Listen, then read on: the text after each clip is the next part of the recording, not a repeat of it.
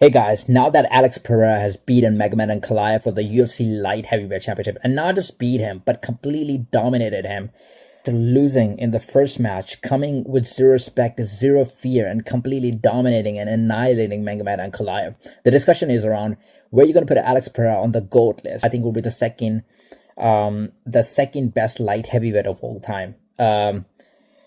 Apart from John Jones would be the greatest light heavyweight champion of all time. I will put Alex Pereira second, above Daniel Cormier, and above any other light heavyweight.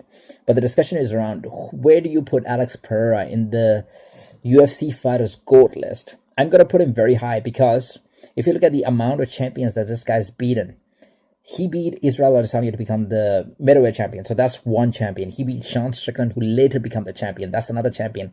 Jan Blachowicz, that's the third champion.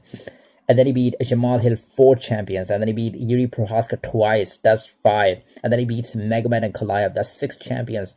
So this guy has beaten 6 UFC champions.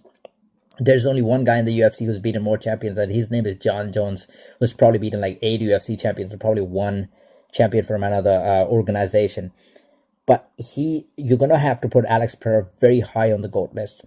Especially, I'm going to make a case, if Alex Pereira actually moves to heavyweight now, and then he goes on to beat John Jones, you can have a very strong argument that this guy is the greatest UFC fighter of all time. I know he doesn't have a lot of fights.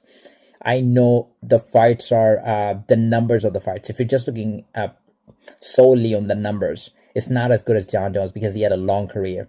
But you're going to have to look at Alex Pereira's career before UFC. He was fighting in the Glory Kickboxing, where he was a 2-time Glory Kickboxing champion. This guy won the title at middleweight, and then he won the title at light heavyweight as well. So he had a long career in Glory Kickboxing, and then he moved to UFC.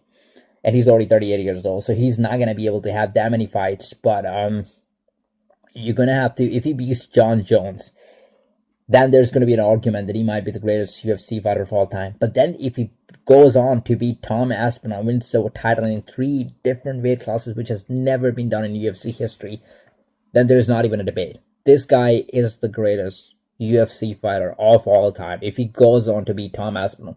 Look, I think he does not even need John Jones in his legacy. Even if the fight does not come to fruition, even if they can make just him versus Tom Aspinall, if he goes on to beat Tom Aspinall, he's the greatest UFC fighter of all time, period.